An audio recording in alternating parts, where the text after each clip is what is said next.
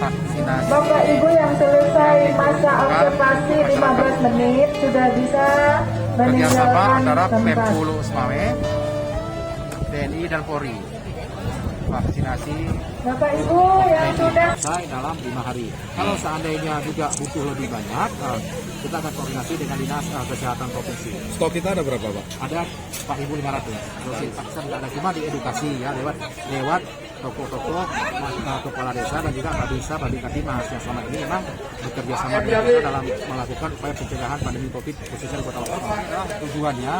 Tujuan vaksinasi seperti ini kita buat tempat terbuka dan massal untuk memberikan informasi kepada masyarakat sehingga masyarakat bisa lebih mudah mengakses. Tujuannya. Masa kadaluarsa, Pak, bulan September? Masih jauh.